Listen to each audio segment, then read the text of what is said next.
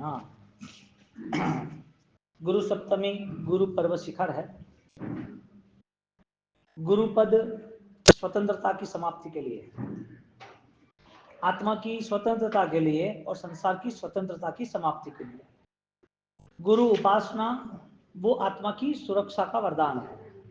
इसके लिए जहां जहां मन स्वतंत्र होता है वहां वहां वो गुरु का वियोग होता है।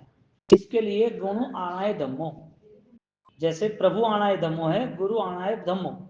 तो धर्म की व्याख्या थी आज्ञा वो धर्म है, और आज्ञा परमात्मा नहीं दे सकते। इसके लिए परमात्मा के अनुरूप, परमात्मा के अवतरण रूप सदगुरु को रखा। तो सदगुरु की यात्रा अध्यात्म की यात्रा होती है, और उनकी यात्रा में जो साधक जुड़ते हैं वो अध्यात्म की स्पर्शना करते हैं। तो शास्त्रकारों ने देव, गुरु और धर्म तीनों का बहुमान बताया। देव तत्व, गुरु तत्व, धर्म तत्व। गुरु तत्व सेंटर में रखे और गुरु तत्व के साथ धर्म और देव वो दोनों जुड़ गए। जहां जहां उपासना हो रही है वहां सेंट्रल में गुरु ही है, क्योंकि गुरु के उपदेश से, गुरुदेव की प्रेरणाओं से हम आगे बढ़ सकते हैं। तो यहाँ पर एक बात निश्चित है कि गुरु नहीं होना इसका मतलब उसके जीवन में भयंकर पाप होना। सदगुरु न मिलना इसका मतलब पाप की परंपरा चलती ही रही, और गुरु नहीं है इसके लिए उसके जीवन में कोई उसको कहने वाला भी नहीं। अध्यात्म में तुम्हें कौन रोक पाएगा? यानी अध्यात्म में प्रवेश करना है तो तुम्हारा सहारा कौन? संसार में इतनी भागदौड़ हो रही है, इतने विषय कसाय में डूबा हुआ जीव है, ठोकरें खाता रहता है, तो सहारा कौन देगा, बचाएगा कौन? सदगुरु ही माध्यम है, आलंबन है, और सदगुरु के सपोर्ट से वो जीव अपनी स्थिरता पाता है। तो गुरु तत्व वो देव तत्व और धर्म तत्व को उजागर करने के लिए, और गुरु तत्व की उपासना विरल आत्मा ही कर सकते हैं, क्योंकि हजारों गुरु को मिलने के बाद भी उसे उपासना नहीं मिलती है। हजारों बार गुरु की सेवा करने के बाद भी वो सदगुरु का सानिध्य प्राप्त नहीं कर सकता है। सेवा कर सकता है लेकिन कृपा प्राप्त नहीं कर सकता है। पास में रह सकता है लेकिन हृदय पवित्र नहीं बन सकता है। शायद उनके लिए आगे पीछे बहुत सारी व्यवस्था कर सकता है लेकिन उनके सपने पूरे नहीं कर सकता है। सदगुरु वो जीवन को श्रेष्ठ बनाने का रास्ता बता रहे, यानी कि जैसे एक माँ जन्म देती है, गुरु धर्म का जन्म देते हैं, इसके लिए गुरु माँ बन जाती है। करुणा वात्सल्य है ना, 200 को ढांक रही है। एक छोटा बच्चा है, उसने खाना खाया, जूठा हुआ, तो माँ साफ कर देती है, उसे चिल्लाती नहीं है। गलतियों को बदलना, गलतियों का सुधार करना, गलतियों में ऑलरेडी न हो ऐसा ज्ञान देना आगे गलती, वो काम करुणा से ही होता है। फिर करुणा का माध्यम मदर है, यानी कि माँ है संसार की अवस्था से, वही अध्यात्म दृष्टि से करुणा का माध्यम गुरुदेव है। गुरुदेव सदगुरु है।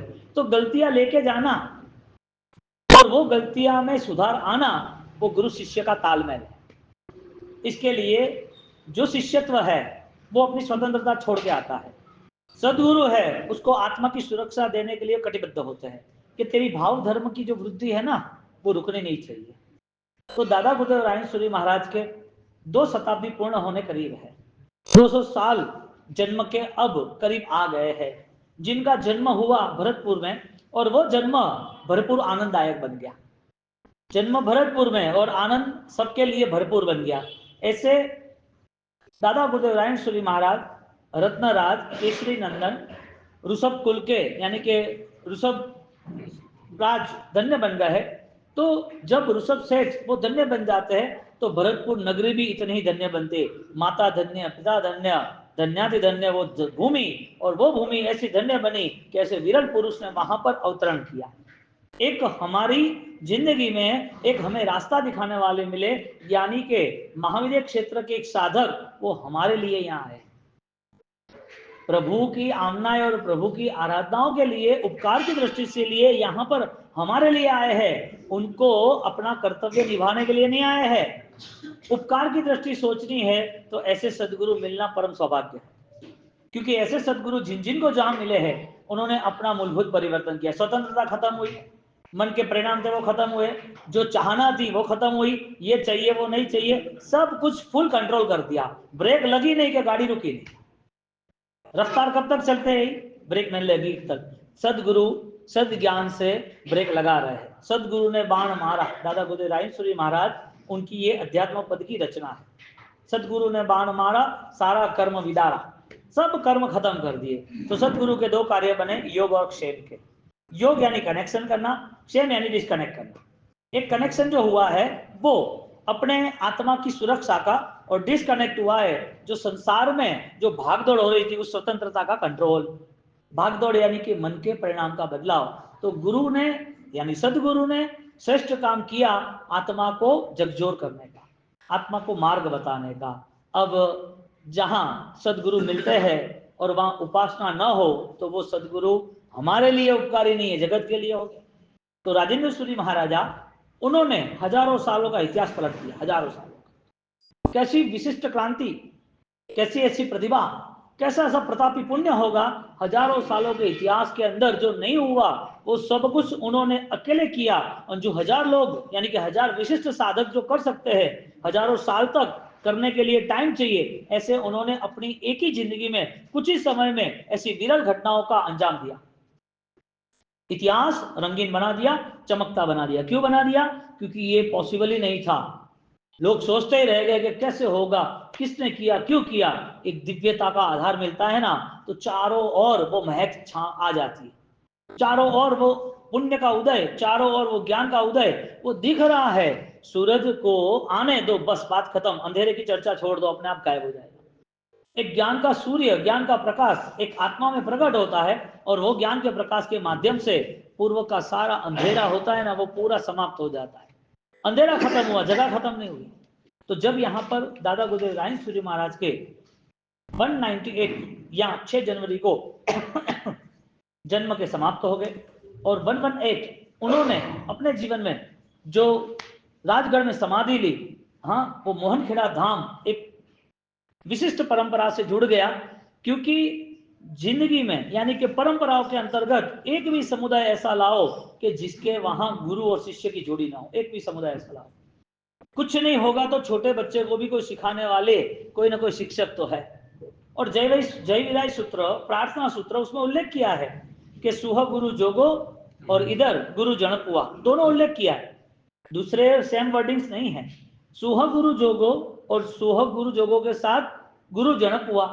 तो सुह गुरु तो पता चला कि शुद्ध गुरु का योग, गुरु जनपुआ यानी कि जो मेरे उपकारी है वो सारे पूजनीय है। माँ बाप उपकारी है, मुझे इस जीवन में जीवन को समझाने वाले, जीवन में कुछ सिखाने वाले, जीवन क्या है ये सारी रहन सहन के परिचित कराने वाले कोई ना कोई टीचर्स यानी शिक्षक है। हालांकि देखने के जाओ तो माँ उसको इतना शिक्षा नहीं दिला सकती। क्यों? क्योंकि शिक्षा के लिए कड़काई चाहिए। और बच्चे जो छोटी उम्र है 15-20 साल तक शरारती होते, 15 साल अंडर 15, तो जो शरारत है तो करुणा के कारण माँ सिखा नहीं सकती है। करुणा के उसको मार नहीं सकती, बोल नहीं सकती, वो थक जाएगा, लिखेगा कितना, पढ़ेगा कितना, नहीं अभी नहीं बाद में कर, तो वो तैयार नहीं हो सकता। क्योंकि राजकुमार को तैयार करना है तो उसको राजमहल से दूर भेजना ही पड़ता है। तो यहाँ पर उसी कंडीशन लेवल पर माता वो प्यार करती है, इसके लिए शिक्षक के पास भेजती है कि स्कूल जाओ, वहां पर पढ़ाई करो, अच्छी तरह ढंग से पढ़ाई करो। अब वहां पर वो पढ़े नहीं तो उसका हाँ, मारना भी पड़ता है, कान भी पकड़ना पड़ता है, कान पट्टी लगाओ, उठक बैठक, लाओ हाथ लगाओ पट्टी, नहीं चलेगा। क्यों भाई? वो माँ नहीं कर सकती, माँ को दया आती है, ऐसा नहीं वैसा है। तो शिक्षा एक उपकार की दृष्टि है, माता पिता श्रेष्ठ उपकार की दृष्टि है, क्योंकि वो जो कर सकते हैं वो शिक्षक नहीं कर सकते, और शिक्षक को बाहर नहीं कर सकते। इसके लिए गुरु जन पुआ वो शब्द यहाँ रखा कि जो उपकारी है वो भी हमारे लिए पूजनीय बन जाते हैं। ऐसे उपकारी सदगुरु का जो माध्यम मिला है, हाँ, तो वो सदगुरु वो करुणामय माँ है, वात्सल्य है। राजेंद्र सूरी महाराज साहब, उनकी ऐतिहासिक घटना मोहन विजय जी और राजेंद्र सूरी महाराज मोहन खेड़ा उस इतिहास का एक एग्जाम्पल, श्रेष्ठ उदाहरण है उस उदाहरण का। दादा गुरुदेव राजेंद्र सूरी महाराज, उनका राजगढ़ में अंतिम संस्कार होता है। अंतिम संस्कार यानी बेस्ट रिजल्ट, अंतिम संस्कार जो हुआ उनके जीवन में, वो उनको जैन शासन का श्रेष्ठ यहाँ पर परिणाम दिख रहा है कि समाधि अपने आप उन्होंने ले ली, और वो समाधि उन्हें सिद्ध हो गई। समाधि सिद्ध होना वो लगातार किया होगा तो ही अंतिम में मिला। एक व्यक्ति आज हेल्दी दिखा, 10 दिन पहले हेल्दी नहीं था, तो 9 दिन दवाई ली, 9 दिन कैरिंग की, तो हेल्दी हुआ। इसी तरह समाधि उनको लास्ट समय में, जब मोहनखेड़ा में देह छोड़ रहे, और जब देह छूट रहा है तब उनकी भावना है कि मेरा ये अब देह काम का नहीं है, नश्वर है और उसे मुझे छोड़ना है। छूट रहा है ऐसा नहीं, मुझे छोड़ना है क्योंकि मुझे आगे की साधना में जाना है। देह छोड़ना है वो भाव है, और आगे की साधना रुकनी नहीं चाहिए वो संकल्प है। तो देह छूटना वो तो स्वाभाविक था। तो जगत के सारे यानी कि संघ के सारे जो भी व्यक्ति आ रहे उनको इस घटना से ऑलरेडी परिचित कराते हैं कि ये देह नश्वर है, ये मिला है कोई सुकृतों से मिला है, और इस पे भरोसा रखने जैसा नहीं है, क्षणिक है। पूरे जीवन का सार, अध्यात्म का सार सकल संघ को कह दिया, और सामने सकल संघ का योग तो किया, क्षण भी किया कि यहाँ रुकना नहीं, यहाँ आराधना तुम्हारी जितनी हो वो सारी आराधना नई यात्रा के लिए आप लेके जाना, नई यात्रा में आप उसको अपना साथी संगाथी बनाना। तो दादा गुरुदेव रायन महाराज जब अंत समय करीब आता है तो वो समाधि पाते हैं। 2 दिन पहले वो डिक्लेरेशन करते हैं, देह से आत्मा छूट रही है उसका दर्शन वो खुद कर रहे हैं। इसका मतलब ये हुआ कि कोई भी चीज की प्रैक्टिस उसके लिए लास्ट में एक बेस्ट रिजल्ट, परफेक्शन के लिए बन जाती है। तो समाधि कैसे रही? तो समाधि की सिद्धि की तब रही। समाधि यूं ही नहीं मिलती। आज का आज तुमको बोले कि तुम्हें यहाँ से हॉस्पिटल जाना है, तो तुम पहली बार एक्टिवा चलाओगे तो नहीं सेट होगा, लेकिन तुम्हें आता ही है तो कितना भी ट्रैफिक हो तुम पहुंच जाओगे। प्रैक्टिस। समाधि आई उनके जीवन में। कैसे आई भाई? समाधि आई तो कैसे आई? एक छोटे बच्चे को वो बैग हैवी लगती है, 3-4 दिन 10 दिन, हाँ, और फिर अपने आप वो तख्त कर जाता है। क्यों? नॉर्मल है। एक किसान खेती में उसके बेटे को खेत में ले जाता है तो 5-7 दिन के लिए थक जाता है कि मुझसे नहीं होता, कमर दुख रहा है, पैर दुख रहा है, इतना काम कर रहा है, बदन ये हो रहा है, दर्द हो रहा है। और वही 5-7 दिन के बाद उनको बोला कि पूरा 10 एकड़ का खेत है और 2 दिन में कवर करना है, हो जाएगा के? क्यों? जो चीज प्रारंभ में कठिन लगती है वो चीज आसान इसके लिए लग रही कि उसके प्रति उनकी सजग अवस्था है। तो चाहे किसान का हो, चाहे बेटे का हो, चाहे साधना का क्रम हो, इसमें हमारी रुचि जरूरी थी। वो रुचि के कारण दादा गुरुदेव रायन सूरी महाराज की समाधि रही। अब समाधि के सारे पार्ट्स देखेंगे हम इन दिनों में। 6 जनवरी का गुरु सप्तमी का एक महान दिन जो आ रहा है, पुण्यतिथि का दिन आ रहा है, उसकी पूर्व भूमिका देखेंगे कि हम सदगुरु को क्या दे सकते हैं। सदगुरु का उपकार जो है वो सदगुरु का उपकार निभाने के लिए हमारे पास क्या है। वास्तविक क्या सदगुरु हमारी लाइफ में है या नहीं है? यदि है तो हमारे जीवन के अंदर हमें क्या दिख रहा है, वजह क्या? तुम्हारे पास कोई बोले पेन दो ना, तो यार पेन तो नहीं है। नहीं है क्यों? चेक किया, क्योंकि हर रोज तो हम लेके जाते थे, लेकिन चेक किया तो नहीं है। तुम्हारे पास पेन होगी तो दोगे, नहीं है तो? तुम्हारे पास सदगुरु का उपकार है तो पता चलेगा, नहीं होगा तो? यस या नो, दो में से एक रिप्लाई तो फाइनल है ना। तो गुरु की उपासना हजारों बार करने के बाद यदि आशीर्वाद नहीं मिले तो समझ लेना कि जीवन में कसाई मुक्ति नहीं मिली, क्योंकि सदगुरु का काम देव और धर्म का निर्देश करना है। देव, गुरु और धर्म। गुरु को सेंटर में क्यों रखा? जैसे गुरु है ऐसे देव बताएंगे, जो गुरु है ऐसे धर्म बताएंगे। आपके गुरु कौन है? आपके भगवान कौन है? आपके गुरु कौन है? वो गुरु ने धर्म कौन सा आपको बताया। तो ज्ञान देना वो सदगुरु का काम था, और ज्ञान में रहना वो सदगुरु की भक्ति का काम था। तुम गुरु ने बताया वो करना वो तो जरूरी था, लेकिन उनकी आज्ञा से होना वो जरूरी था। इसके लिए सदगुरु के पास, सदगुरु के सानिध्य में रहना वो सौभाग्य, और उनकी आज्ञा पालना वो परम सौभाग्य, क्योंकि परमात्मा के अभाव में परमात्मा के स्वरूप रूप सदगुरु का अवतरण है। गुरु मिलना कितनी बड़ी बात है। इसके लिए शायद कोई व्यक्ति अज्ञानी है, पाप ज्यादा कर रहा है, धर्म का बोध नहीं है, जीवन में हिंसा है, लेकिन उसके सिर पर गुरु ना हो तो ऐसा संग करना। कोई व्यक्ति शायद उसके जीवन में पाप है, उसके जीवन में हिंसा है, पता नहीं है, उसके जीवन में ऑलरेडी गलत रास्ते भी है, तो यहाँ कंपैरिजन करते हैं कि उसका संग हो जाए ना तो एक बार चलेगा, लेकिन जिसके सिर पर गुरु ना हो ना उसका संग कभी नहीं करना, कि वो कभी पलटी मार देगा। उसको गुरु मिलेंगे तो वो बदलाव लाएगा, लेकिन उसको गुरु करना ही नहीं है। इसके लिए हजारों सेवा करने के बाद, हजारों बार उनके आसपास रहने के बाद, हजारों बार भक्ति करने के बाद, हजारों बार गुणगान गाने के बाद भी सदगुरु का सानिध्य और वो सानिध्य का फल मिलना वो बहुत कठिन है। इसके लिए सदगुरु को पहचानने के लिए दृष्टि चाहिए, नजर नहीं चाहिए, आंखें नहीं चाहिए, विचार नहीं चाहिए, दृष्टि चाहिए, विजन चाहिए कि वास्तविक सदगुरु की महिमा मुझे बढ़ानी हो तो मैं उपकार की दृष्टि से ही बढ़ाऊंगा। मेरे पर उपकार है तो मुझे उनकी महिमा बढ़ानी चाहिए। मेरे पे उन्होंने कोई उपकार करके मुझे स्थिर किया है तो सदगुरु का उपकार जिसके सिर पर है वो महिमा बढ़ाने में कमी नहीं रखेगा। एकलव्य ने क्या महिमा कम की? बहुत सिंपल और सामान्य बात हमारे सामने। एकलव्य ने कहा कम की शक्ति। सदगुरु मिले तो कि तू ये विद्या सीखा, कुत्ता भौंक रहा है और तूने तीर मारता रहा, ऐसी विद्या कहां से सीखा तू? आपके प्रभाव से मिली मुझे। तो सदगुरु ने मना कर दिया था, ठोकर मार दी थी, नहीं सिखाया था, लेकिन भाव आराधना ने उसे सब कुछ सिखा दिया, क्योंकि उनके अंदर एक ही भावना थी कि मेरा योग क्षेम करने वाले मेरे सदगुरु हैं, ये सब कुछ उनका ही है, उनको समर्पित है।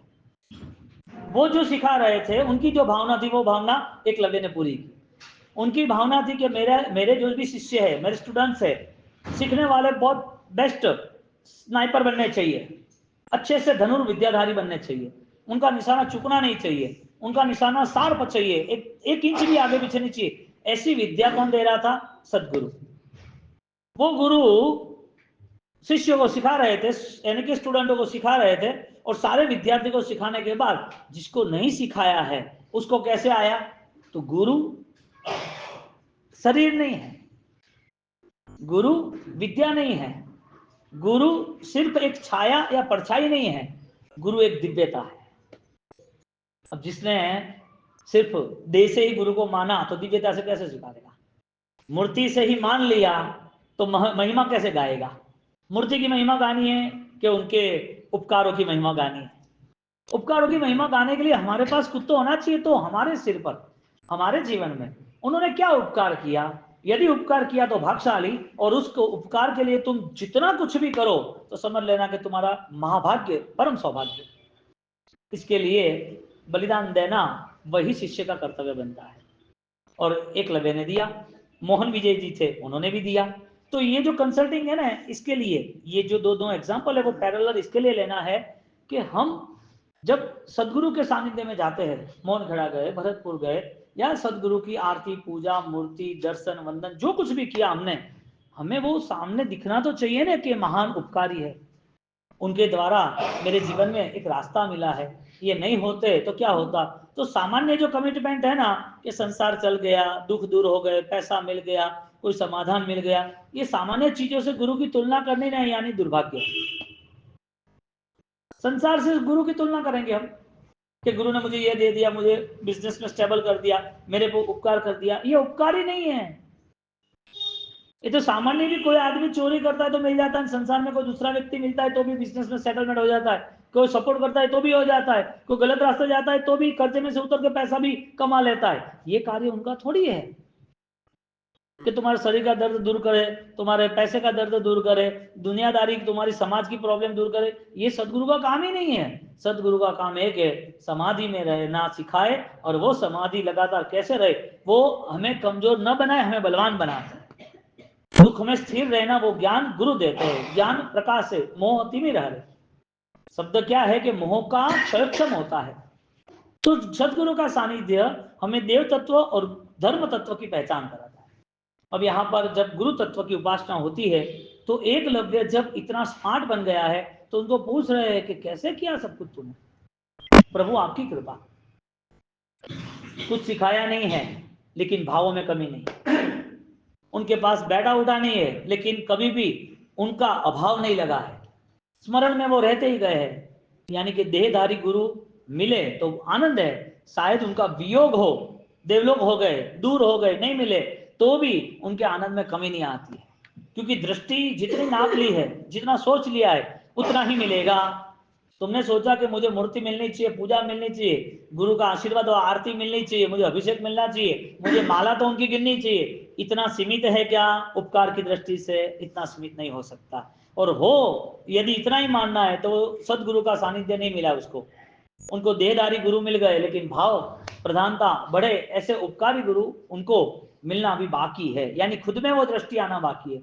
जब एकलव्य के साथ वो खड़े हैं और शिष्य गुरु पूछ रहे कि पॉसिबल कैसे हुआ, मैंने तुझे सिखाया नहीं, आपने तो मुझे सिखाया सब कुछ, आपके बिना तो पॉसिबल ही नहीं था। एक यूनिवर्सल एनर्जी अपडेट होती है दुनिया में, कुदरत में इतनी शक्तियां पड़ी है, कुदरत इतनी वाइब्रेशन लेके बैठी है, कुदरत में इतना खजाना पड़ा है, आप कैप्चर करने वाले चाहिए, आपके अंदर वो सामर्थ्य प्रकट हो, ऐसी भावना आप में आनी चाहिए। और वो भाव दशा, परिणाम की भाव दशा, वो गुणों के बिना आती भी नहीं, वो सदगुण के बिना आती ही नहीं है। अब एकलव्य को शक्ति किसने दी? सदगुरु के बहुमान भाव से, सदगुरु के बहुमान भाव से, यानी गुरु का अस्तित्व नहीं है ऐसा सोचता ही नहीं। मिट्टी में उसके पास कुछ भी नहीं था, मिट्टी में गुरु की स्थापना की, क्या बात है। उस मिट्टी भी उसके लिए हीरा जवेरात से मूल्यवान बन गई, वो मिट्टी से भी सदगुरु के आशीर्वाद निरंतर बरसते रहे, उस मिट्टी में भी उसको विद्या कला, उसकी शक्ति उसके प्रकट हुई, उस मिट्टी को ही सर्वस्व मान लिया और उसे सब कुछ मिल गया। शक्ति भाव की थी, और वो भाव की शक्ति जब प्रकट हो गई तो गुरु को भी आश्चर्य हुआ कि कैसे हो सकता है सब कुछ। सब कुछ हो सकता है, सब कुछ हो सकता है आपके आशीर्वाद से, फिर क्या है, सब कुछ हो सकता है आपके आशीर्वाद है। ये शब्द उनके लिए एक गुरु भक्ति का परिचय है। यानी कभी सदगुरु याद आते हो और आंखों में आंसू आते हो तो समझ लेना है कि वह सदगुरु का कार्य करना बाकी है। माँ बाप नहीं है यहाँ पर, लेकिन उनके नाम से पूजा पाठ या उनके नाम से कोई हम भवन वगैरह बना दे और उनकी यादों में यदि हम कुछ करना चाहते हैं तो समझ लेना कि वो वास्तविक आशीर्वाद है। वरना तो जिंदा भी भक्ति नहीं करने वाले बहुत सारे लोग हैं, और दिखता है ओल्ड एज होम सारे जिंदा होते हुए भी भक्ति नहीं करने वाले बेटे। तो जैसे माँ बाप उपकारी, ऐसे सदगुरु उपकारी, शिक्षक तो उपकारी बता दिए जो जीवन व्यवस्था में हमें सेट करते, लेकिन अध्यात्म की व्यवस्था में कौन है? सदगुरु है, यानी पूजनीय गुरु है, आत्मा की रक्षा करने वाले गुरु है। ऐसे एकलव्य को जब गुरु मिले तो एकलव्य की पूरी सिक्वेंस यानी पूरी सिस्टम उन्होंने सेट कर दी थी। और जब गुरु को और अंदर मन में लगा कि मैंने नहीं सिखाया तो भी इतना आगे बढ़ गया, उन्होंने मिस्टेक कर दी, उन्होंने मिस्टेक कर दी। और वो मिस्टेक करने के बाद ऐसी मिस्टेक हो गई कि तू आगे बढ़ गया तो ओके, मुझे कोई प्रॉब्लम ही नहीं है, मुझे कुछ भी नहीं चाहिए, आपकी कृपा दृष्टि बहुत हो गई। क्या भावना होगी उसकी। अंगूठा मांग दिया, क्यों मांगा अंगूठा? कि भाई तू अब है ना, ये जो तेरी ट्रिक है, जो तेरे मास्टर है वो खत्म हो जाए। मन में माया थी, इसके लिए गुरु ने कहा तुम मुझे अंगूठा दे दे। देववाणी होती है, नहीं ये नहीं करो, मत करो, ऐसा नहीं करना चाहिए, गलत हो रहा है। एक गुरु शिष्य के साथ ऐसा व्यवहार क्या करता है? हकीकत में अर्जुन से भी ताकतवर एकलव्य साबित हुआ, विद्या से नहीं, बहुमान भाव से। सीख तो लिया था, उसको पता ही था कि मैं धनुर्धारी हूं, उसे वो कला तो मिल ही गई थी। इससे श्रेष्ठ कला क्या हो सकती है? यानी कि गुरु चरणों में हम श्रेष्ठ से श्रेष्ठ क्या रख सकते हैं? गुरु ने जो ज्ञान दिया वो ज्ञान से हम कितना त्याग कर सकते हैं? इसके लिए सामान्य भक्ति है ना, सामान्य जीवों के लिए आसान है।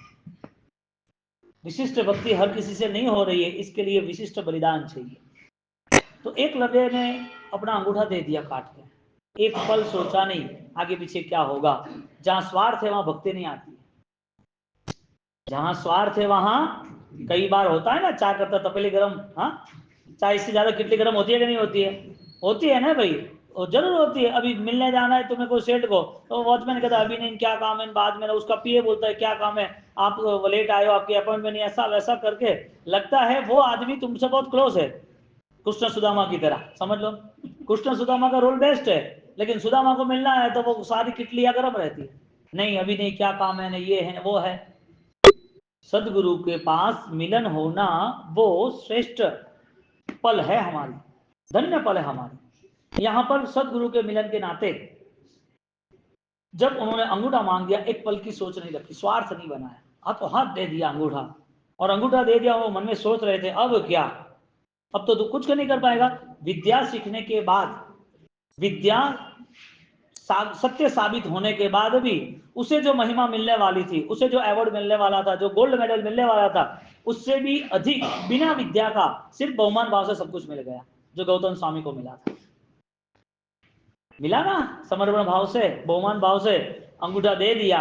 और अंगूठा दे दिया तो कि तेरी भक्ति गजब की है। कौन कह रहा है? गुरु कह रहे हैं तेरी भक्ति गजब की है कि गुरुदेव तुमने कुछ मांगा ही नहीं और मैंने कुछ दिया ही नहीं। क्या बात है, कुदरत यानी कि देववाणी हो रही है, नहीं मांगना चाहिए, ये दे रहा है, इससे द्वारा उसकी सारी विद्याएं खत्म हो जाने वाली है, वो पकड़ नहीं सकता एरो तीर, निशान सही ढंग से नहीं लगा सकता, ये सारी प्रॉब्लम्स है, और वो बोल रहा है तुमने कुछ मांगा नहीं, मैंने कुछ दिया भी। क्या दे सकते हैं हम? बलिदान कितना दे सकते हैं?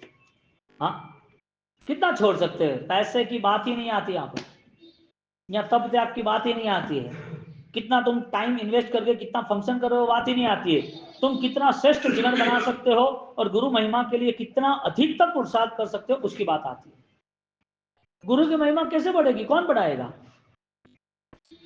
माँ बाप उपकारी है, तो माँ बाप ने जो संस्कार दिए पता कैसे चलेगा? माँ बाप के नाम से कोई काम होगा तो पता चलेगा ना, जब संस्कार अच्छे दिए हैं। पिताजी भी ऐसे ही तपस्वी, आराधक, ऐसे दानी थे, पुत्र में भी वो संस्कार है। महिमा किसकी बढ़ी? माता पिता की बढ़ी ना। गुरु की महिमा बढ़ाने का दिन आता है तो सिर्फ दिन में महिमा नहीं बढ़ती है, लगातार महिमा बढ़ाने में रहता ही है। और ऐसे कई भागशाली आप देखोगे, कई भागशाली देखोगे, काम करने में पीछे नहीं रहता है। कोई नहीं, गुरु महाराज जो है के अटकटे आशीर्वाद मिले। हाँ, ये तो सीधी बात है ना। उसका पुण्य भी ऐसा बढ़ता है उसकी भावना के अनुसार, नसीब भी ऐसा बलवान बनता है, कुदरत को देना ही पड़ता है, कहीं पर भी हो उसको लाना ही पड़ता है, भाग्य बदल जाता है। सदगुरु की वाणी इतनी उपकारी साबित होती है, करने वाला चाहिए बस। सोना है, खरीदने वाला चाहिए, हीरा है, पहनने वाला चाहिए कि मैं सुरक्षा कर पाऊंगा, हीरा पहनूंगा कोई फर्क नहीं पड़ता है, 10 करोड़ के हीरे पहनूंगा कोई चोरी नहीं कर सकेगा, मैं बलवान हूं। तो हीरा मायने नहीं रखता है, तुम्हारा बल मायने रखता है।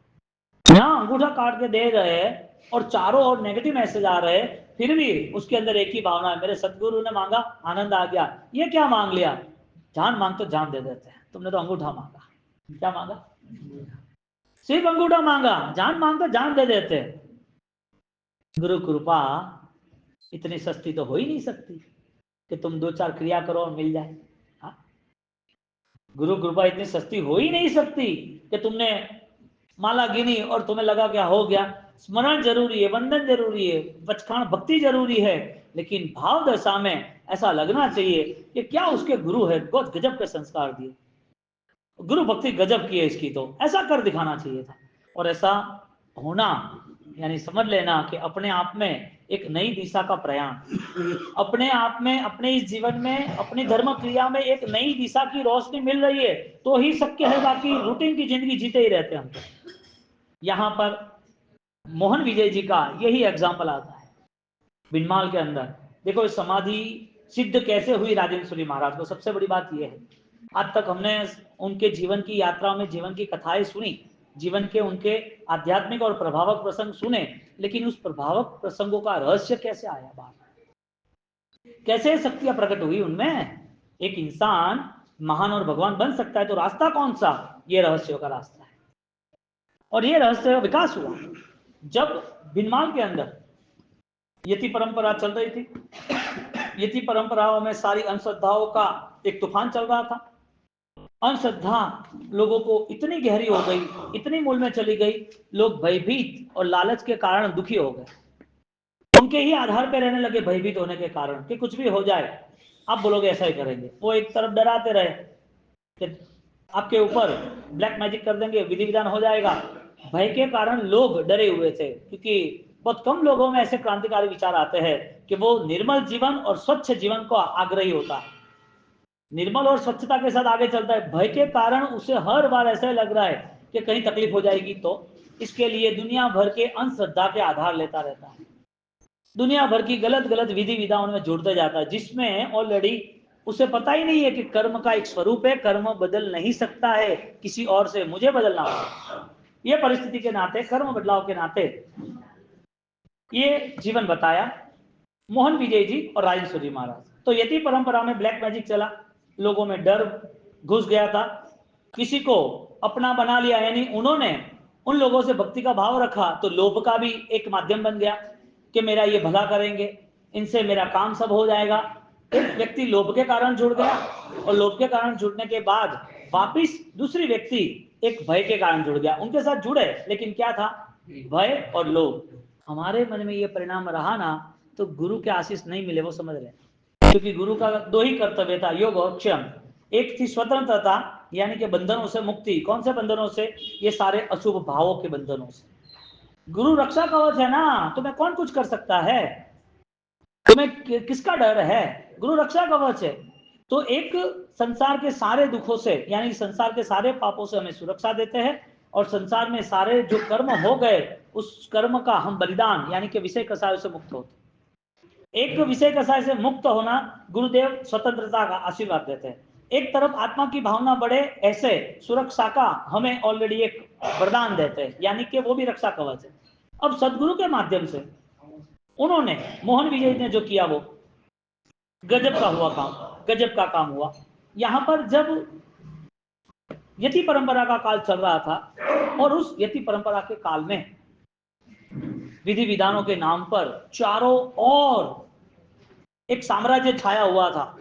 कैसा, तुम यहां से 4 रास्ते पे चलो और हर 20, 25, 50 कदम पर, हर 20, 25, 50 कदम पर कोई लाल कपड़ा मिले, कोई मटका मिले, उसमें दीपक गया हुआ, उसमें आसपास काले तल डाले हुए हैं, सब अलग अलग अलग अलग प्रकार के, सब अलग अलग चीजों के, अलग अलग प्रकार के सारी परिस्थितियां जो है वो आपको दिखने मिले। अब कितनी कितनी परिस्थितियां दिखने मिले, अलग अलग विधि विधान अलग अलग तोड़ के, किसी ने कोई पुतला बनाया, किसी ने कोई लाल प्रकार का कंकु और तिलक बना के कोई फल रख दिया, किसी ने कहीं पर कोई दीपक एक साथ 8-10 जली रहे, ऐसी सारी चीजें तुम देखते रहे। ऐसा हर 20 फुट में, 50 फुट में, 100 फुट में दिखने मिले, आदमी डर जाए ना, भयभीत हो जाए, ऐसा वो काल चल रहा था। लोगों के हाथ में दोरे धागे, गले में ताबीज, पैर में ये, कमर में ये, कोई ना कोई छोटा बड़ा हर कोई चीज लेके डरा हुआ था, हर चीज को लेके ऐसा डर, भयभीत थे वो लोग। और वो भयभीत के कारण इनकी ये परिस्थिति बदल गई। लोगों को सहारा चाहिए कि भाई क्या करना है। अब ड्रामा होता है, ड्रामा जो होता है वो ड्रामा होने के कारण जो परिस्थिति बनी, तो लोगों को भय के कारण ऑलरेडी और परेशान हो गए, तो भय इतना बड़ा कि उसको उनका सहारा लेना ही पड़ा। किसका, यति परंपराओं का, यतियों का, कि भाई हमें ठीक करो, कुछ हुआ है, कुछ हुआ है। क्योंकि ज्यादातर मानसिक ही लोग दुखी होता है, दवाई का 80% रोल ही नहीं है, 80% रोल मानसिकता का ही है, दवाई तो 20% ही है। आज भी देख लो, इसी तरह उस समय में डॉक्टर समझो कम थे या तो ये ट्रीटमेंट नहीं थी, तो मानसिक तनाव में लोग आ जाते। कोई व्यापृत हो, आज भी तुम मारवाड़ में देखो, बाहर जाना है तो उसके हाथ में नौकर ही गिनता रहता है कि भाई अच्छा हो, डर लगे नहीं, हाँ नौकर गिनते जाओ के, कोई बता कि हनुमान चालीसा गिन के जाओ के, हनुमान जी का दर्शन कर ही जाओ के, हाँ बोले तकलीफ नहीं है। अरे आपको जिंदगी भर भय में ही रहना है क्या? आपको लगेगा कि इधर विधि अच्छी होगी, मेरा अच्छा हो गया। भय इतना क्यों है कि ये लालच पकड़ रही है, डर इतना क्यों है कि इधर अच्छा हो जाएगा, ये करेगा। आत्मा स्वतंत्र है। राजेंद्र सूरी महाराज ने प्रभु महावीर के सिद्धांत की स्थापना करने के लिए उन्होंने संकल्प किया और लोगों को बताया कि कोई भय करने की जरूरत है ही नहीं, तुम्हारा कर्म है वही निश्चित होने वाला है और वो बदलाव तुमसे ही होगा, किसी और से नहीं होगा। क्या बड़ी चैलेंज दे दी, हजारों साल के इतिहास को पलटने की। क्रियोद्धार प्रारंभ किया। उस क्रियोद्धार के अंतर्गत जब दादा गुरुदेव राजेंद्र सूरी महाराज वो डिसाइड करते हैं और उस डिसाइड में रिएक्शन स्टार्ट हो गया, चारों ओर विरोध शुरू हो गया। उस विरोध के नाते किसी भी हिसाब से उनको गिराओ, उनके ऊपर भी टोटका करो, विधि विधान करो। एक सिंपल बात है, विधि विधान यदि असर करता ही है तो सबके करने चाहिए। दवाइयां असर करती है तो सबके ऊपर करनी चाहिए। फिजिकल मूवमेंट किसी को जल्दी कर रही, किसी को कम कर रही है, किसी को नहीं कर रही है, जरूरी नहीं है कि असर करे ही करे। अब शुगर नहीं और शुगर की दवाई ले तो क्या करना, बीपी नहीं और बीपी की दवाई ले तो क्या करना। अब जो ऑलरेडी मीठी चीज है वो कोई आदमी 1 किलो लड्डू खा जाता है, कंपटीशन होती है तो 1 किलो क्या 10 किलो भी खा जाता है। अब शुगर वाला है तो 1 चम्मच भी नहीं लेता है वहां बैठ के। तो अपने खुद के लिए है ना। जैसे एक छोटी चीज असर करती है नहीं करती है, इसी तरह कोई विधि विधान असर करता ही है, ऐसा कैसे प्रूफ हुआ।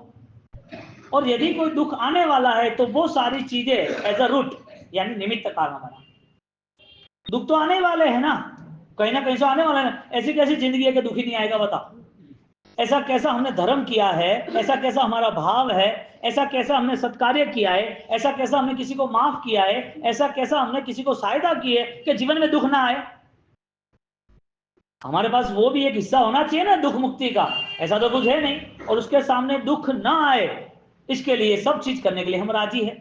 तो पहले करना चाहिए बाद में करना चाहिए। यहां परिस्थिति क्या बन रही है कि सारे हजारों सालों की परंपराओं में एक ऐसी परंपरा अंधश्रद्धा की चली कि जिसमें सिर्फ और सिर्फ लोग धर्म के चलित हो गए, धर्म से दूर हो गए, और वो अब भय के नाते सारी क्रिया कर रहे हैं, डर के नाते सारी क्रिया कर रहे हैं। वो यति परंपरा में जो साधु नहीं उसे साधु मान के, सन्यासी मान के उनकी सेवा भक्ति में लगे हैं। तो त्याग प्रधान जो जीवन था, कर्म मुक्ति का जो जीवन था, ज्ञान सिद्धांत के साथ रहने का जो जीवन था, ऐसा जीवन तो दिख नहीं रहा है और मान तो रहे हैं। ऐसा जीवन दिख नहीं रहा है लेकिन मान तो रहे। ये बाल बुद्धि यानी कि बेवकूफी है, बचपना है। और उस समय में राइन श्रीमाद ने इशारा किया, तुम्हारा कर्म यदि दुख का होगा तो दुनिया में छोटी भी एक खिल्ली लगेगी, एक सामान्य तो भी तुम्हें दुख आने वाला है, बढ़ जाएगा। तुम्हें एक नॉर्मल ठेस लगेगी, ठोकर लगेगी, वो ठोकर से भी तुम्हें शुगर होगा तो तुम्हारा पैर कटाना पड़ेगा, वो अंदर से अंदर ही ऑलरेडी वो दर्द बढ़ता जाएगा। एक छोटा सा भी दुख, तो तुम्हारे दुख में कोई भागीदार नहीं बनेगा, यानी कि तुम्हें कोई दुख दे ही नहीं सकता। तो डर क्यों रखता है? किसके लिए डर है कि तुम्हें ये दुख मिलेगा? किसके लिए डर है कि तुम्हें ये दुख देगा? गुरु महाराज ने इस बेस पे तीर्थंकर की आज्ञा की महिमा बढ़े, जैन दर्शन के कर्मवाद का सिद्धांत बढ़े, उस बेस पे क्रियोद्धार किया। अब तुम्हारे दिमाग में ऐसा हो कि देवी देवता नहीं चलते, देवी देवता का विरोध करते, इसके लिए क्रियोद्धार किया, तो हम ऐसे अज्ञान भाषा क्यों बोले? जो अध्यात्म में रहता है वो किसी का विरोध कैसे करेगा, किसी को शत्रु कैसे मानेगा, किसी के प्रति द्वेष कैसे करेगा, किसी की आसाधना कैसे कर सकता है? वो तो अध्यात्म में है, तो अध्यात्म का फल है पूज्यता। जो धर्म की स्थिरता आती है, धर्म में सही ढंग से आगे बढ़ते हैं, वो पूजनीय बनते। राइन समाज पूजनीय बने, उसका ये बल था, इसका एक कारण था। और राजेश्वरी महाराज जब पूजनीय बनते हैं तो आनंद की बात हमें लगती है धर्म के कारण। जब सामने राजेश्वरी महाराज जब क्रियोद्धार के लिए शुरू हुए, तो क्रियोद्धार का बेस क्या था हमें ये समझना है, क्योंकि हम आगे मोहन विजय जी का यानी सदगुरु का बहुमान भाव क्या रिजल्ट लाता है उस एग्जाम्पल पर जाते हैं। यहां पर जब मोहन विजय जी महाराज यानी के सदगुरु दादा बुद्धदेव राजेश्वरी महाराज क्रियोद्धार कर रहे हैं, तो क्रियोद्धार का मूल उद्देश्य था लोगों को धर्म में स्थिर करना। आप यहाँ बैठे और आपका बेटा वहां पर धमाल करे, या पर यहाँ गुरु महाराज का वाक्य पे वो ज्यादा लेके डाले, तो आप उसको रोकोगे नहीं रोकोगे? आप रोकोगे ना? यहाँ आप बैठे हो और वहां पर कोई पेन या किताब कुछ भी और बेटा वो लेके खेल रहा है, छोटा बेटा है, तो रोकोगे नहीं रोकोगे? राइन श्रीमान ने ये काम किया कि तुम ऑलरेडी जैन शासन में जन्म पाए हो, तुम्हारे सिर पर देव गुरु तीर्थंकर है और धर्म अहिंसा प्रधान है, तो गलतियों से बाहर आओ। द्वेष नहीं किया। बेटा गलती करता है तो क्या द्वेष करती है माँ? वो तो गलती का सुधार करती है। क्रियोद्धार यानी के श्रद्धा का उद्धार, क्रियोद्धार यानी के श्रद्धाओं में बदलाव लाना। जो चीज तुम अभी जानते नहीं उसे जानना सीखो। छोटा बच्चा यहाँ गलती करेगा, लेकिन वो 20 साल का हो जाएगा तो गलती थोड़ी करेगा। यहाँ के किताबों से या पेनों से या कोई खेलेगा थोड़ी, ये वाक्य मुट्ठी भर भर के थोड़ी डालेगा गुरु महाराज में या प्रतिमाओं पर। विवेक आ जाएगा। गुरुदेव ने विवेक का रास्ता बताया, विवेक का माध्यम बताया। क्रियोद्धार के नाम पर तीर्थंकर की महिमा क्या है वो उनके जीवन में आनी चाहिए, वो रास्ता उन्होंने बताया, यानी कि आस्था प्रकट करने का क्रियोद्धार संकल्प किया। अब राजेश्वरी महाराज साहब जब इस बेस पे आगे बढ़ते हैं तो चारों ओर से एक तूफान आता है विरोध का, चारों ओर से उनके प्रति घृणा का भाव पैदा होता है। ये गलत है, खत्म करो इनको, इनको बदनाम करो इनको। और तुम देखो संसार में तुम्हारे आसपास कई लोग किसी और की निंदा करते होंगे तुम्हारे आसपास, और तुम्हें वो नेचर बन गया तो तुम भी रुकोगे नहीं किसी की ईर्षा और निंदा में। हालांकि हमारा कोई हक नहीं है। क्यों? क्योंकि क्रियोद्धार का बेस था कि तुम किसी को दुखी दे कर नहीं सकते और तुम किसी को सुख दे नहीं सकते। क्रियोद्धार का बेस ये था कि तुम किसी को दुख नहीं दे, तुम अपमान कर सकते हो, किसी की गलत बात बोल सकते हो, ईर्षा निंदा कर सकते हो, लेकिन उनका भाग्य बलवान है तो उसे तुम खत्म कैसे कर सकते हो? हाँ, रायसूरी महाराज का भाग्य बलवान था, इसके लिए यतियों ने उनके विरोध में बहुत सारे षड्यंत्र रच दिए, बहुत सारी साजिशें खड़ी कर दी, और वो साजिशों के नाते उनको परेशान करना, उनको बार बार उनके ऊपर इल्जाम लगाने, बार बार लोगों को भ्रमित करना, लोगों को ऐसा तैयार करना, ऐसा विरोध करना, ये नहीं सही है, क्या कौम है के वो तो एडा ही है। आप कभी भी किसी भी व्यक्ति के प्रति द्रोणाभाव रखना नहीं, निष्पक्ष निर्णय करना, और किसी की गलती हो तो करुणा से उस गलतियों को सुधारने में ले जाना, लेकिन उसके पीछे तांडव शुरू करोगे तो तुम्हारे पीछे बड़ा तांडव आने वाला है। तुम किसी की निंदा कर सकते हो किसी के सामने, इसका मतलब तुम्हारी निंदा होने वाली है, क्योंकि तुम किसी के लिए बोल सकते हो तो जो व्यक्ति सुन रहा है उसे पता है कि मेरे लिए भी बाद में बोलेगा ये। इसके लिए ऐसे निंदकों के आसपास ज्यादा रहने की जरूरत नहीं। यदि वो रहते हैं तो बैलेंस रखना कि कौन कितना पानी में है, कितना माप है, क्योंकि बहुत सारे दुनिया में स्टेटमेंट रहेंगे, कितनी बातें सोचोगे, कितना दिमाग में रहोगे। तुम्हारा भाग्य बलवान बनाओ, दुनिया को जो करना वो करे। राइन सूरी महाराज ने ये रास्ता अपनाया। मेरे पास ओम ह्रीम सिंह परम नमः है, हरियन परमात्मा की कृपा है, तीर्थंकर की आज्ञा है, तीर्थंकर का निर्दोष धर्म है, और मुझे मेरी शाश्वत आत्मा के लिए करना है। सही रास्ते चल रहा हूं, जितना भी हो, एक दिन के लिए होगा तो भी करूंगा, एक दिन के बाद यदि मेरी मौत होगी तो भी मुझे आनंद है कि ये जीवन यूं ही फिजूल में नहीं गया, फिजूल में जीवन मैंने नहीं गंवाया है। और ये जीवन यदि इतना मंगलकारी है तो आज चला जाए तो चला जाने दो, लेकिन महामंगल करके जाऊंगा। ऐसे संकल्प बनाया और वो संकल्प से आगे निकले और इधर तूफान शुरू हुआ। तो गुरु भक्ति की महिमा बढ़ानी हो तो सबसे पहले निंदा में से बाहर आ जा। हालांकि चारों ओर दिखेगी, पंचायती चारों ओर दिखेगी, चेहरे से पता नहीं चलेगा, तिलक भी लगाया होगा, अच्छे चढ़ावे भी लिए होगे, अच्छे कपड़े भी पहने होगे, चेहरे से पता नहीं चलेगा, अच्छी बातें भी करेंगे, अच्छे व्यवहार भी करेंगे, चेहरे से पता नहीं चलेगा। मतलब ये है कि तुम्हारे अंदर वो चेहरा नहीं रहना चाहिए। तुम ये सब कुछ अच्छा करने के बाद तुम्हारी दुनिया ऐसी है, तुम दुनिया को मापने में मत रहना। तुम दुनिया को नापने, बहुत ठंडी है क्या करना, परेशान होना क्या, कंबल ओढ़ लो, बात खत्म हुई, दरवाजा खिड़की बंद कर दो, बात खत्म हुई। तो दुनिया क्या कर रही है, कैसे चल रही है, ये देखा होता तो क्रियोद्धार हुआ ही नहीं होता, क्रियोद्धार होता ही नहीं। और राजू सूरी महाराज ने इस सारी अवस्था को टॉनिक बना दिया। विरोध किया, आजा, मेरे लिए तो बल है, मेरी महिमा बढ़ेगी, मुझे खाना नहीं देना अच्छी बात है, मेरी तपस्या बढ़ेगी, मुझे गांव में नहीं रहने देना अच्छी बात है, मैं चलता रहूंगा, हजारों लोग देखेंगे कि कौन चल रहा है, क्यों चल रहा है, इतने दोपहर को 12-1 बजे कहां से निकल के आए। तो उसमें तुम मुझे गांव में न रहने दो विरोध के कारण, मुझे भोजन न दो विरोध के कारण, मेरे लिए गलत बात करो मेरी अपमान के कारण, तो मुझे प्लस ही प्लस है। कितना बैलेंस बना के रखा होगा, कितना बैलेंस बना के रखा होगा। ऐसे गुरु मिलते हैं, उसके पास कैसा दिमाग होता है, वो कितना स्ट्रांग होता है, कैसे काम करता है। छोटी छोटी बातों में परेशान हो जाए तो गुरु भक्ति नाम की है और काम की नहीं। गुरु भक्ति के लिए सिर्फ एक समय है, श्रद्धा नहीं है। समय आया है तो कर लेंगे। यहाँ पर ये रास्ता हमें अपनाना जरूरी है, मेरे आप सबके लिए। रायन सूरी महाराज के विरोध में वो तो आगे बढ़ते रहे, विरोध करने वाले करते रहे, सत्य है ना, बात खत्म। फिर 1000 का 1,00,000 लोग भी सामने हो ना तो भी बढ़ जाना कि मुझे तुमसे कोई लेना देना ही नहीं है, तुम जो कुछ करो वो तुम्हारा कर्तव्य, मेरा कर्तव्य मुझे निभाना, और मेरा कर्तव्य तुम्हारे सामने, मुझे कोई भी रजुआत नहीं करनी है। बात की बात बाद में, तुम्हें अच्छा लगे तो स्वीकारना, नहीं लगे छोड़ दो। इसके लिए दुनिया में कभी किसी के स्टेटमेंट निकालने में नहीं रहना। कौन कैसा है, क्या कर रहा है, कुछ सोचना नहीं, तुम कितने बेस्ट बन सकते हो, वो प्रोसेस, वो फाइट करो। राइन श्रीमाद ने काम किया। इसके लिए जीवन में सदगुरु का ऋण चुकाना है, सदगुरु का उपकार चुकाना है, तो ईर्ष्या और निंदा में से बाहर निकल जाना। ईर्ष्या और निंदा, पुतली, कपट, दंभ, माया, उसमें से बाहर निकल जाना। कोई फर्क नहीं पड़ता है, कर्म तो तुम्हारा जितना है इतना ही साथ देगा ना, तुम्हारे हाथों में सब कुछ थोड़ी है। 20 साल की उम्र में यदि डायलिसिस होता है और कैंसर होता है, मौत आती है, तुम बचाओ अपने बेटे को करोड़ रुपए देके, तुम्हारे हाथ में कुछ नहीं है। इतना तो सिंपल हम सोच सकते हैं कि कर्म के कारण सारी व्यवस्था जमी हुई है, और कर्म के कारण जो व्यवस्था है उसमें मुझे डिस्टर्ब नहीं होना है, उसमें मुझे ऑलरेडी कवरिंग करना है, बेस्ट बनना है। वो बेस्ट बनने के कारण राइन श्री महाराज आगे गए, आगे गए, ये लोग विरोध करते रहे, और क्रियोद्धार के संकल्प से वो लोगों ने अटैक किया। Last attack, high attack, last में उन्होंने सर्जिकल स्ट्राइक कर दी। किसने? एक साथ यतियों ने मिलकर, जो कई सालों तक, सदी सदी तक, लंबे समय तक, 200 300 400 400 साल तक विधि विधान के नाम पर, अंधश्रद्धा, टोटका, ब्लैक मैजिक नाम पर लोग दबे हुए थे।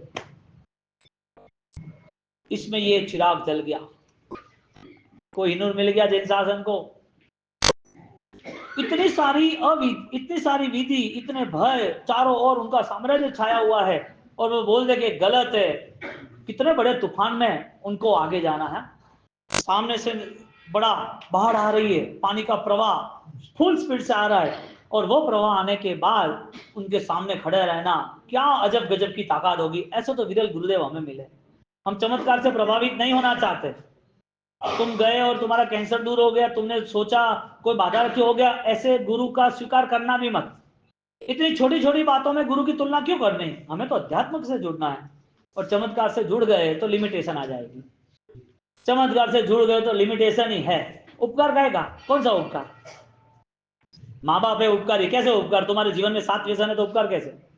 तुम्हारे जीवन में ऑलरेडी तुम गलत रास्ते चल रहे हो, खून कर रहे हो, चोरी कर रहे हो, व्यसन कर रहे हो, तो माँ बाप का उपकार कैसे हो गया? संस्कार से उपकार होता है ना। जीवन बेहतरीन होता है तो उपकार होता है। सदगुरु मिलना यानी जैन शासन के गुरु मिलना, यानी जैन धर्म अनुरूप जीवन जीना, यानी अब इधर गुरु तो मान लिए हैं, लेकिन जीवन में व्रतों की महिमा, अहिंसा, झूठ, चोरी, व्रतों की महिमा दिख नहीं रही। सदगुरु का सानिध्य मिला है, लेकिन जीवन परिवर्तन का कोई सूर दिख नहीं रहा है। लड़ाई झगड़े, निंदा, ईर्षा, उसमें कमी नहीं आ रही है। क्यों नहीं आ रही है? संक्लेश और संताप नए पापों को लेकर आता है। राइन सूर्य महाराज ने कोई संताप नहीं किया, सबको अब जो भी कर रहे हैं वो उनके हिसाब से जो कर रहे हैं वो उनकी इच्छा। मुझे 1% भी 0.1% भी मुझे इनकी कोई इफेक्ट नहीं है। क्या ज्ञान ज्ञान का स्वरूप कैसा होगा? ऐसा कैसा ज्ञान पाया होगा? इतने विरोधों में भी सबके प्रति स्नेह भाव रखना। मन में ये 3 दिन है ना अपना गुरु शिखर का पर्वोत्सव है, ये 3 दिन है ना, रात को 15 मिनट 20 मिनट बैठ के प्लान बनाना, सोचना कि वास्तविकता क्या है, मेरे जीवन में मैं कितना बदलाव ला सकता हूं। यहां पर एक दिन उन्होंने सर्जिकल स्ट्राइक, एक बिगेस्ट अटैक का सोच लिया, और वहां पर मुठ का प्रयोग शुरू कर दिया, ब्लैक मैजिक मुठ। ये धीरे धीरे मर जाना चाहिए। अब आपके दिमाग से, इंफॉर्मेशन के दिमाग से, दुनियादारी के दिमाग से आपको लगेगा कि ये सब कुछ है, लेकिन ये एग्जाम्पल सुनने के बाद लगेगा कि ये सब कुछ का तोड़ भी है। दुनिया है, दुनिया में लोग अपने अपने हिसाब से जी रहे हैं, लेकिन महामंत्र की ताकत कैसी है, ओम ह्रीम सिम हरम नमः की महिमा कैसी है। यहां पर जब गुरुदेव को वो रात को 12-1 बजे बिनमाल के उपासने में वो रखने आ रहा है, एक मटका, लाल कपड़ा, उधर सब मैली चीजें, और वो जब रखने आता है और निकलता है, और निकलने के बाद कुत्ते भौंकने लगे, लोग जग गए, क्या है क्या नहीं, पकड़ लिया उसको, अनजान है, कौन है भाई तू, कैसे है, क्या है। फिर उसने उसका परिचय दिया, और परिचय देने के बाद उन्हें बोला कि मुझे आशीर्वाद दो, यानी कि मुझे एक अभयदान दो कि मैं बात बताऊंगा लेकिन आप मुझे छोड़ दोगे, आप मुझे अब कोई दोष या कोई दुख नहीं दोगे, मुझे सजा नहीं दोगे। कि ठीक है, कुछ नहीं, बोल क्या हुआ, तो क्यों आया था? कि ये पाट के नीचे है ना एक मटका रखा है, और ये मटके में सारी ब्लैक एनर्जी यानी कि ब्लैक मैजिक किया है, मूड है, और उसको ऑलरेडी जैसे गुरु महाराज आते ऐसे गुरु महाराज का जीवन समाप्त होता, कुछ ही समय में वो ये देह छोड़ना पड़ता, तड़प तड़प के मरते ही। हमने पूरा विधान किया है कई समय तक, और विधान करके मंत्र जाप करके मैली विद्याओं से उनको खत्म करने का प्लान बनाया था, सर्जिकल स्ट्राइक। मुझे माफ करो, ठीक है तू लेके जा, चल तुझे माफ कर दिया, बस अब तू लेके जा, मैं लेके नहीं जाऊंगा क्या? क्योंकि इस चीज को जो भी छुएगा ना, उसकी दर्दनाक मौत होगी। मौत तो होगी, 1 मिनट में भी होती है और 1000 दिन में भी होती है, नहीं होती ऐसा नहीं। मौत तो आएगी, लेकिन जो पीड़ा, जो भयंकर दर्द आने वाला है, कर्म जो देने वाला है, ऐसा कर्म मुझे नहीं करना है। अब मुझे माफ करो, मुझे जाने दो, उसको जिसको जो करना वो करे। और आज मैं लेके नहीं जा सकता। यदि आप मुझे यहाँ पर 24 घंटे मेरे ऊपर आप कितने भी छरे मारो, या आप मुझे मार डालो, जिंदा जला दो, वो मुझे मंजूर है, लेकिन ये उठाऊंगा नहीं। ये सबके सामने बोल रहे हैं। आज दादा गुरुदेव राइन सूर्य महाराज खड़े हैं, और आसपास सारे दूसरे भगवंत भी खड़े हैं, और वो भगवंत के बाद मोहन विजय को कह रहे हैं कि मोहन विजय जी इसका विसर्जन करना। जी तहत्ती, क्या स्वतंत्रता होगी। सुरक्षा गुरु देते कि नहीं देते हैं? स्वतंत्रता देते कि नहीं देते? दोनों योग और क्षेम का माध्यम बनता है। और मोहन विजय जी तुरंत वहां पर पास में जो खुली जगह थी, वहां नौकार मंत्र गिन के रख के आ गए वापिस। कितनी भयंकर वेदना होगी वो सोचा नहीं, स्वार्थ सोचा नहीं। एक लवे की बात हम कर रहे हैं सामान्य स्थिति में, वो कहता कि जान दे दो, यहाँ तो जान देने के लिए राजी हो गए थे कि वापिस नहीं आऊंगा, चलेगा, मेरे गुरु तो मेरे साथ है ना। मैं यदि ये रखने गया और बीच में कहीं मैं मर भी गया तो भी मुझे आनंद है कि मैंने गुरु के वचन के पाले हैं, मुझे गुरु बहुमान में मैंने कभी कमी नहीं रखी। इतना भाव मेरे पास है। उस भाव से, उस बहुमान भाव से वो जा रहे, और जाके वापिस आ गए, सिर पे हाथ रख दिया, चलो काम करते हैं। यहां पर मोहन विजय जी महाराज और दादा गुरुदेव रायेश्वरी महाराज का आदेश, वो दोनों का जो एक दूसरे के प्रति जो भाव था, बहुमान था, एक दूसरे के प्रति स्नेह था, उसकी अमर मिसाल ऐतिहासिक घटना मोहनखेड़ा है। क्या है? वहां विराजमान है राजेश्वरी महाराज और नाम है मोहन विजय जी के नाम पे, मोहनखेड़ा नाम है। ये कभी भी बना ही नहीं है, गुरु शिष्य की अमर जोड़ी ये विरल परंपरा है। मेरे गुरु गौतम स्वामी की और मामी स्वामी की रही, उसके बाद ये अमर कहानी ये दो गुरु भगवंतों की, यानी कि राजेश्वरी महाराज जहाँ विराजमान है, जिनकी समाधि हुई राजगढ़ मोहनखेड़ा, वो मोहनखेड़ा गांव, और यहाँ पर शिष्य उनके मोहन, वो राजेंद्र धाम बना सकते थे, यानी दूसरे भी, लेकिन नहीं। इतना बहुमान भाव कि जहां मौत भी मांग ले, मौत भी आ जाए तो भी मंजूर है। ये सदगुरु के आशीर्वाद है, ये सदगुरु की कृपा है।